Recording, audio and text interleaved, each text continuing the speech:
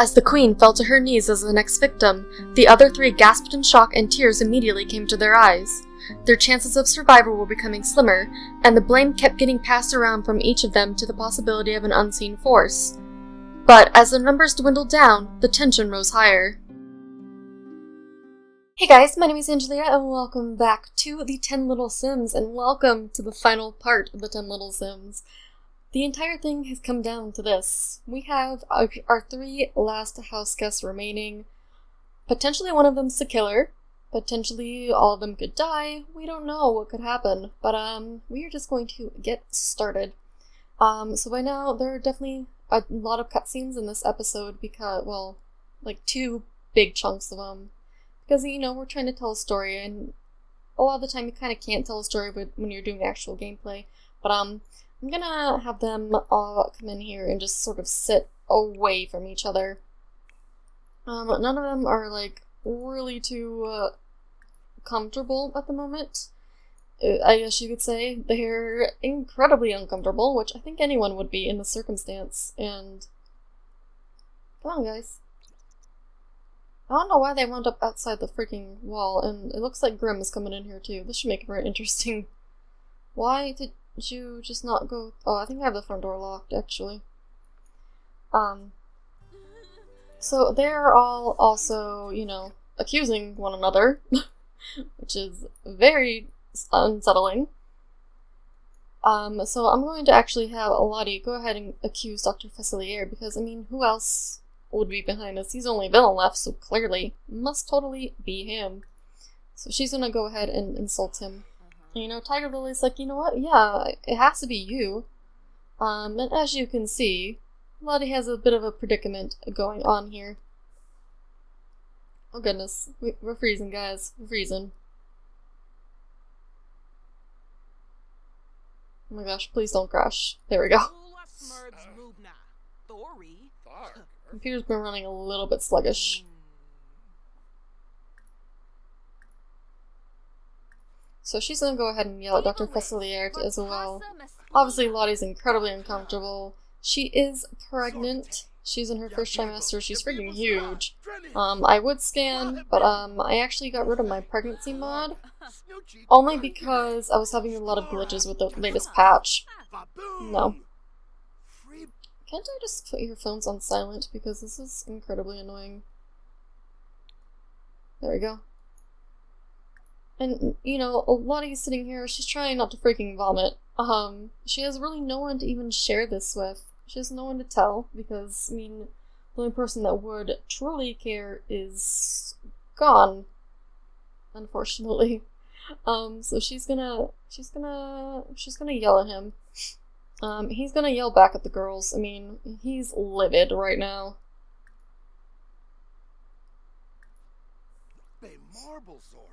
He doesn't really like being, you know, accused of stuff that he didn't do. Or that he's, you know, saying he didn't do. But clearly they don't know any better. And Target Lily is telling a joke for some reason. I'm looking at, like, my notes that I have, like, specify— there's a freaking car outside, I'm so sorry. My notes to, specify exactly what I wanted this episode to include. And at this point, Lottie's starting to feel a little bit ill. You know, that baby is sure kicking. I'm gonna have her go and use the bathroom for me and exit out of this conversation. Prior to now, they all, you know, wanted to stick together and didn't want to chance, you know, something happening if they were apart and not being sure of who did it. But clearly that is no longer the case, considering the evil queen just died right in front of them. Oh my gosh, Mila, stop it. I don't want to be friends with you. Leave me alone. And she's so upset. I'm gonna actually have her— is there a sofa in here? I'm gonna have her come in here and take a nap. She is feeling a little sick. Her stomach is clearly upset. I mean, if you were, like, in your first trimester of pregnancy, your stomach would probably be pretty darn upset as well. So she's gonna go in there. Meanwhile, these two are still talking. And at this point, you know, they're sitting here, and I'm gonna have them actually stop talking for a couple of seconds. But as they're sitting here listening, and clearly it's a deafening silence considering all of the lights and power and such are actually off, they got cut off, and they are convinced right now that they are hearing stuff inside the walls. So imagine, if you will, clearly this is The Sims, so we can't exactly make secret rooms without showing that on the camera, you know what I mean? So what if there is something behind these walls? What if there's like an extra layer to the house that they just don't know about? And maybe there is a secret basement. At this point, Tiger Lily is absolutely convinced that that's what's going on, so she's going to tell this to Dr. Fesselier. You know, I think there's someone else here. And I know it took us a while to figure that out, but clearly that's the only explanation, because all of us have been together and this just happened, so someone else would have to be behind it, and surely not any of us. You know, Dr. Fesselier is agreeing, and he's been trying to get reads on his cards lately, and they are not, his friends from the other side are actually not coming through for him, which is very troubling for him. I'm gonna have him actually change the game to cards. Oh gosh, no. So he's gonna be walking through here and seeing Lottie sleeping. Actually, I'm gonna have Tiger Lily come over here and sit down as well. You know, she's interested in what Dr. Fesselier does, you know, his magical powers in the land of voodoo. And, you know, he has been trying to attempt contact with his friends on the other side. It just hasn't exactly happened yet. So I'm gonna have him just, you know, we're just gonna pretend he's reading the cards with her and not actually playing cards, so just bend your imagination right now, if you will. So, you know, he's trying— oh, I forgot, I added some lot traits. We don't have a lot of lot traits at the moment, but Tuesday we totally will, but, or actually tomorrow when this video, because this video is coming on a Monday, so tomorrow we're gonna have city living, guys. I'm so excited. So I actually have a trait equipped to the house for more lot skills, for more mental and logic. So logic and rocket science. I have the private dwelling because that seemed appropriate, and natural light. Yeah, we don't really have a lot of exciting ones right now, but those ones will have to do. So he's attempting to contact his friends from the other side, which we're gonna pretend these things are him, you know, like channeling the voodoo magic. And clearly it's not working out too well. Lottie is hearing them outside, so she's gonna come over here and sit down with them.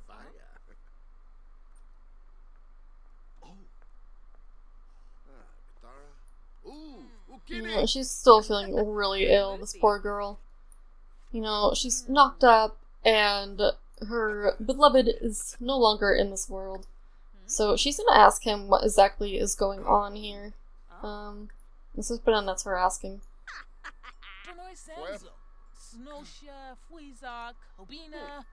So he's going to tell them that he's not really getting any information, that his senses seem blocked.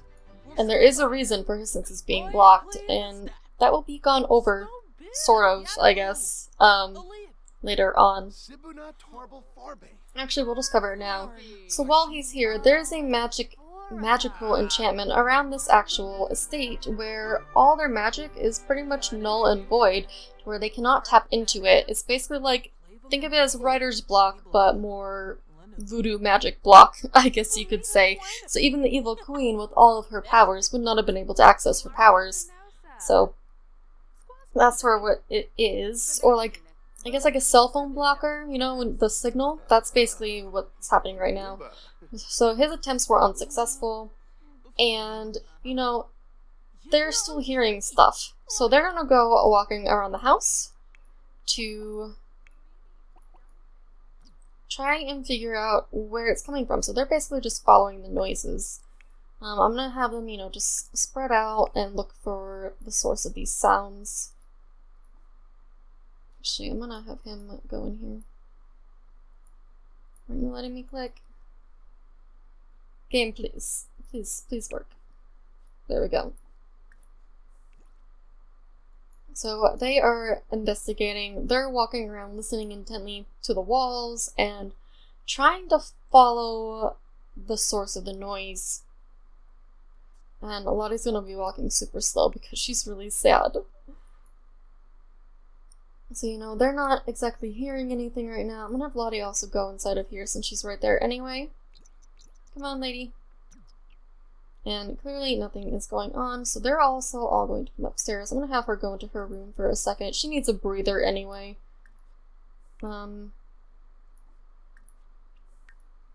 So they're just walking around. Come on, guys. Oh, it is locked. That's right. So she's gonna actually walk into her bedroom, and again, they are not, it's getting louder. They can definitely hear it a little bit more clearly, but it's not as loud to where they could find it just yet. So they are going to continue their way upwards.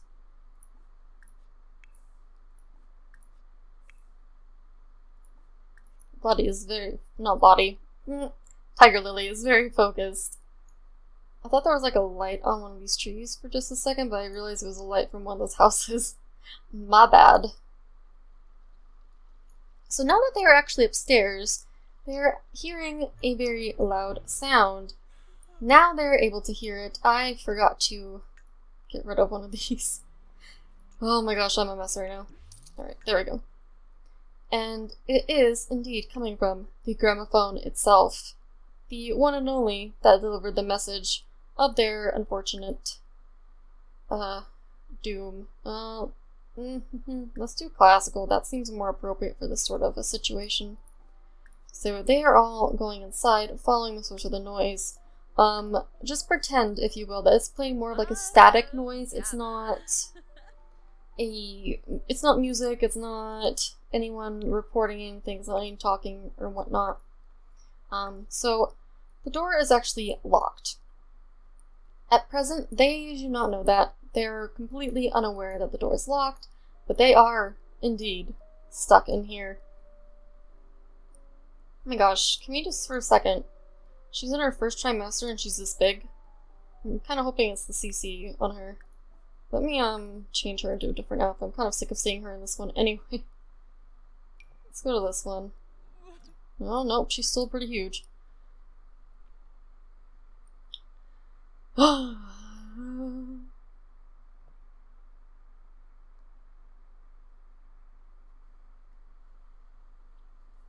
Sorry, I was just checking my notes again. So if you get a lot long, awkward pauses, that's pretty much what it is. I'm gonna have her come over here and sit down. The girls trust each other. It's Dr. Facilier. They're not too keen on still, which, I mean, who could blame them? He is the only villain left, and all signs are basically pointing to him. I am going to be honest, though, he was not meant to be one of my last ones standing, but with the way he turned out, because I feel like he turned out really, really well, I really wanted him to be one of the last ones. I'm actually going to change him into a different costume as well. Just because there's some of them that we haven't really gotten to see, and I don't know, I feel like it would be nice. I feel like I have some other decent ones on her as well. Actually, I kind of want her in this Indian one. That would be nice. Just something different. I'm kind of sick of seeing them in the same stuff right now. So tensions are very, very high between them. Clearly, they're all giving each other like shifty eyes, and they're just not trusting each other. Why don't you go over here and yell at her?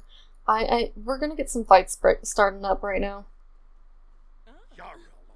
It's also gonna describe the apocalypse, which is basically him telling them, you know, this is what I think is going on, and I think definitely one of you guys is behind it. I think you guys are crazy thinking that there's someone else in this house.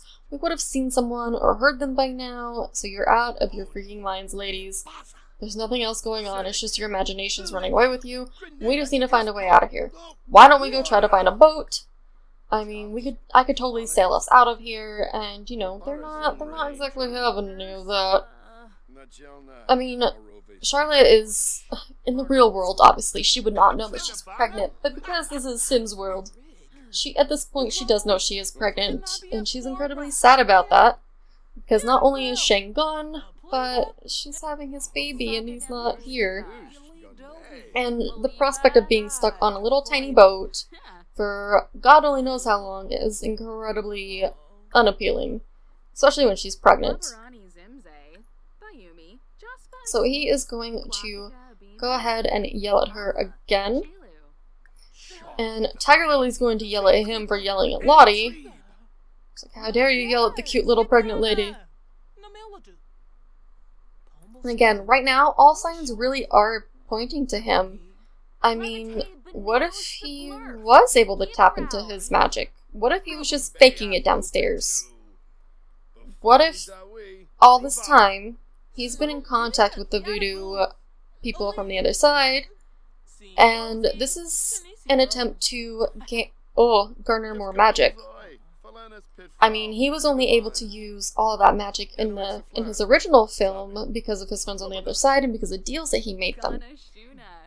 What if those deals got a little bit more large? Like, what if these deals are more paramount and the power that he's going to gain from all of this is permanent?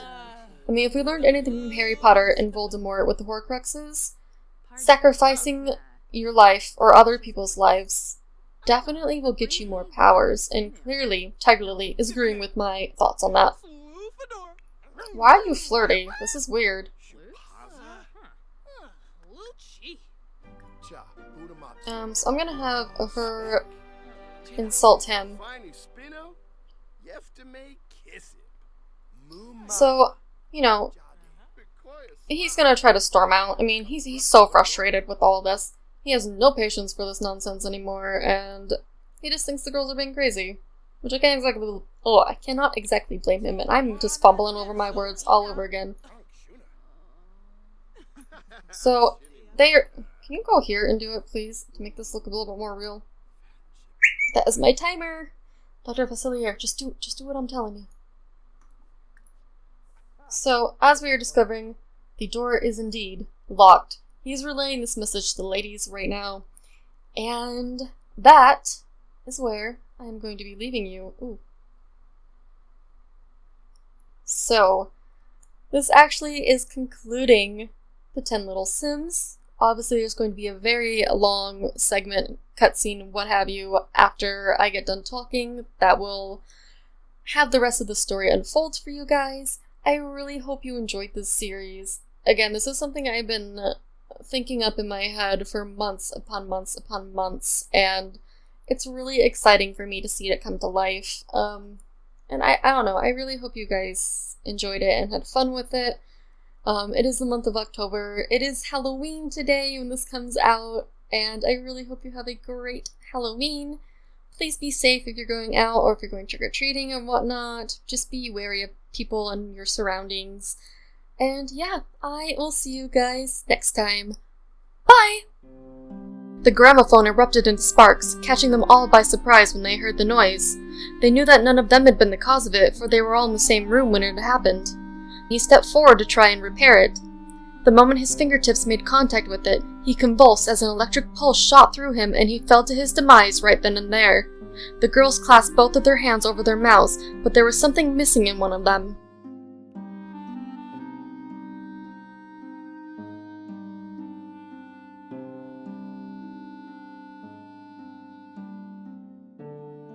All along, one person had been behind it. She'd crept by under the radar and made it a point to always try and be present at the demise of her victims.